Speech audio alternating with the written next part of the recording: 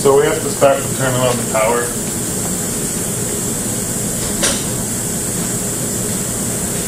That's the switch in the back. As soon as that's turned on, we're able to turn on the CNC power.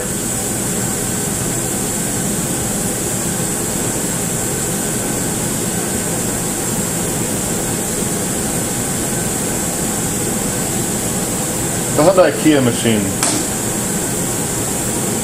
has no preference to when the emergency stop is released.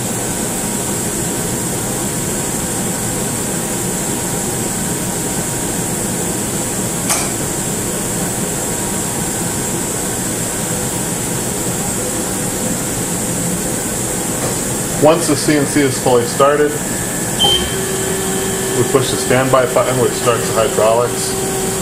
Now the machine is fully started. We need to check inside the cavity, inside the work area, to make sure there's no interference of turret with the spindle. Once that's done, I check to see if it's in jog. If it's in jog, I'm able to push zero return.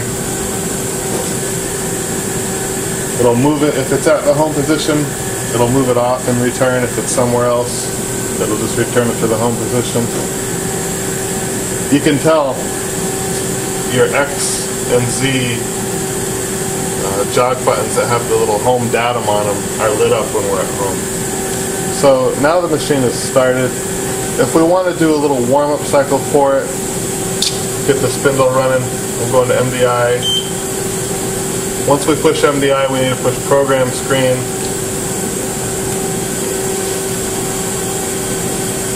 Program. At this point, we're able to input data, so I'll put a spindle command of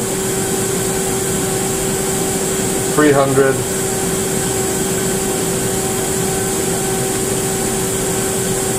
And turn the spindle on with an M3. That gets our spindle running.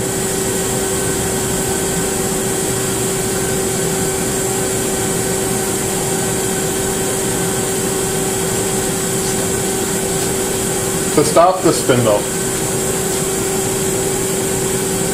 and to control the spindle function in general, when we first start the control, you can't start the spindle using the spindle buttons, but you can stop it.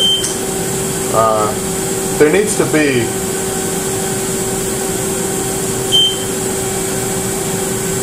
a spindle speed commanded in order for the spindle start in the jog mode to work. There is, because we programmed one in already this morning, so now we'll just say select and forward. That turns it on. Stop turns it off. The select button needs to be pushed in conjunction with any feature that is going to move a part in the machine. So another thing we can do is index the turret around manually, like when we're setting up tools. So now the machine is ready to go.